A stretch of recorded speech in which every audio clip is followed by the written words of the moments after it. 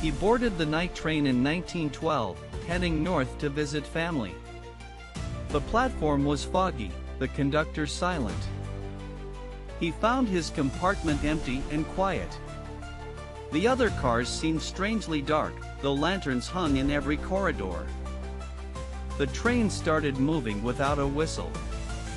He looked outside, but no towns passed. Only woods. Endless, silent woods. He noticed no sounds from the engine or wheels, just a soft hum, as if the train floated instead of rolled. A man entered his car, dressed in an old uniform.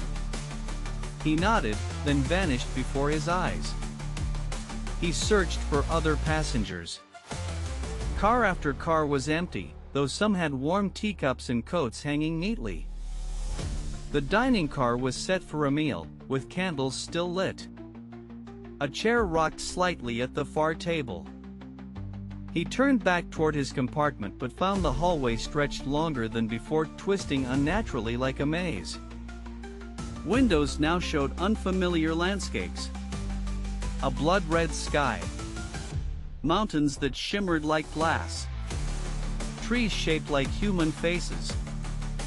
He tried opening a door to jump, but the handle melted into the wall as he touched it. He began to panic. His watch had stopped ticking.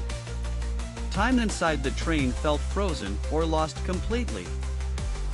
A voice whispered through the intercom, "You should have stayed off. This train doesn't bring people back." He screamed for help, but his voice was swallowed by silence. Even echoes refused to return. The lights flickered. For a second, the train was filled with people, pale, unmoving. Then they vanished again. He found the conductor's car. Inside was a mirror, not a window. His reflection smiled, though he didn't. The mirror whispered, "The tracks ahead are not of this world." His reflection reached toward him from the glass. He stumbled backward and ran. His feet felt heavy, as if the train didn't want him to leave the car. Each door led to another version of the same corridor, longer, colder, darker. Finally, a door opened to a platform. But it was covered in ash and old bones. Signs on the station were in no language he knew. The train behind him vanished in smoke. Suddenly, it reappeared, but older, rusted, covered in vines and bloodstains. Screams echoed from inside. He ran toward a lantern in the distance. But the light moved, staying just out of reach.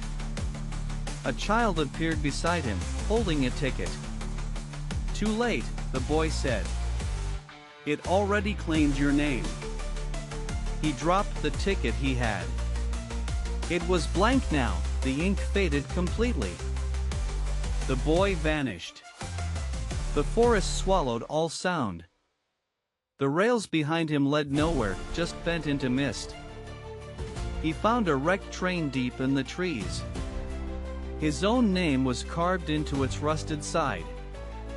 Inside were rows of empty seats, covered in dust, yet one was warm, as if someone just stood up.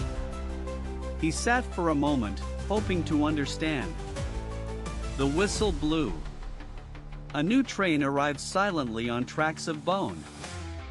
The conductor looked exactly like him, but older, hollow-eyed. "Next stop, nowhere," he said. He tried to run but woke up in his compartment again. The train was still moving. Time hadn't passed. The ticket was back in his pocket, but this time, it glowed faintly and pulsed like a heartbeat. He understood now. He was part of the train. Part of its story. Part of its trap.